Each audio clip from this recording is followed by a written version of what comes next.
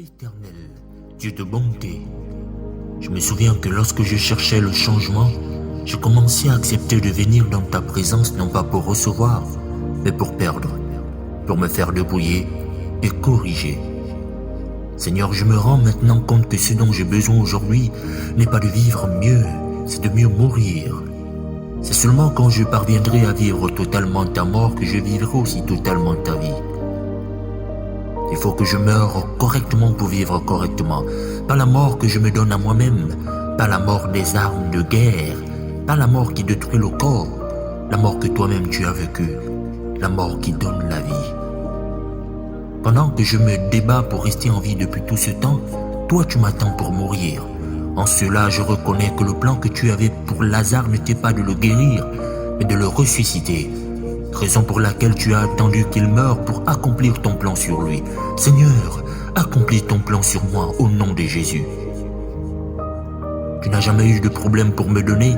C'est moi qui suis trop rempli d'autres choses pour recevoir ce que toi tu veux me léguer. C'est moi qui parfois ne veux pas perdre ce que j'ai pour recevoir ce que toi tu as. Peut-on verser du bon vin dans une coupe pleine d'eau? Autrement le vin serait dilué dans cette eau et perdrait ainsi sa saveur. Il faut donc que la coupe soit vidée de toute son eau pour recevoir le vin. Lorsque le Dieu de la Bible commence à me demander de perdre ce que j'ai, c'est parce qu'il s'apprête à me donner ce que lui il a.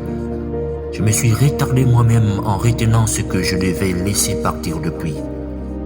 J'ai beaucoup perdu en refusant de perdre. Je me suis donné avec des réserves. J'aurais pu beaucoup gagner si j'avais totalement renoncé à moi-même. J'ai envie de mourir avant de vivre. Tu m'as appris aussi que plus je perds, plus je gagne. Et pour beaucoup avoir, il faut beaucoup perdre. Il y a encore cette partie de moi qui lutte, cette partie qui refuse de se soumettre. C'est de cette partie dont je suis venu me détacher. Je ne veux plus me battre pour ce que je vais finir par perdre un jour. Engage toutes mes forces dans ce que je peux avoir et que je ne pourrai jamais perdre.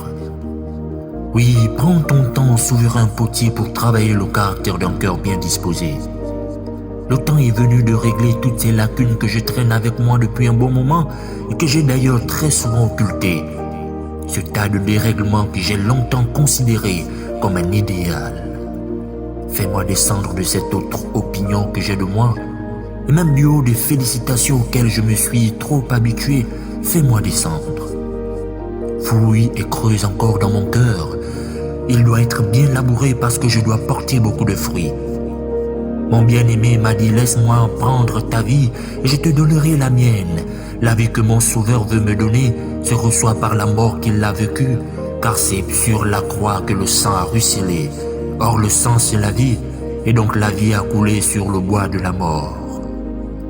Tu m'as forcé à passer beaucoup de temps dans ta présence, parce qu'à l'intérieur il y a un service de chirurgie, où je me retrouve à chaque fois sur la table de ma transformation, fil et aiguille faisant leur boulot, car c'est là que l'Éternel me dépièce telle une marionnette qui n'ose en retour ne rien dire. C'est là que tu as commencé à régler mes problèmes d'orgueil, des problèmes d'ego, des tendances colériques, des ressentiments et même mes pensées incultes. Je suis aussi venu perdre cette fausse conscience que j'ai de toi et que j'ai d'ailleurs beaucoup vendue publiquement aux hommes, prétendant ainsi te connaître alors que je suis loin du compte. Montre-moi qui tu es vraiment dans mon quotidien. Montre-moi le chemin de la vie qui passe par la mort. Montre-moi la croix.